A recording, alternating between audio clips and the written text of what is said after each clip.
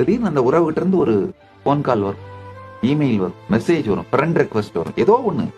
உங்கள் உறவுகளை இழந்திருந்தீங்கன்னா, இல்ல உறவினர்கள் இறந்தே போயிருந்தால் கூட நான் சொல்ற இதை மட்டும் செய்யுங்க. உங்க வாழ்க்கையில முக்கியமான உறவு நபர் யாரையாவது இழந்துட்டீங்கன்னா, அது உங்க முட்டாள்தனமா இருக்கலாம், இல்ல ஏதோ ஒரு காரணமா இருக்கலாம், கவலைப்படாது.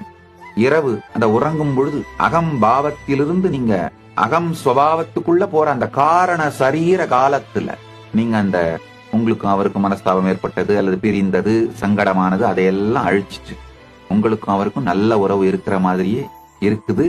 நீங்க நல்லா இருக்கீங்க, ரொம்ப ஆனந்தமா இருக்கீங்க, இன்னமும் இனிமையா ஒன்றோடு ஒன்றாக இனிமையோடு ஒருமையிலே ஒன்றாக இருக்கின்றீர்கள் அப்படிங்கிறத கடந்த காலத்தை எழுதுங்க.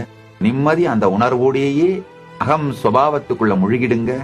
சில நாட்கள் மட்டும் இதை செய்யுங்கயா.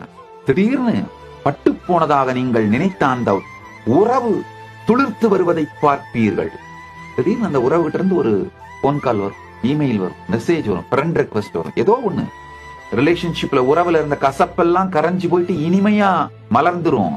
சில நாட்கள்ல உங்க 2 பேர் மனசுக்குள்ளேயுமே இந்த மாதிரி ஒரு பிரச்சனை நடந்தது அப்படிங்கறதே நினைவில்லாம போயிடும்.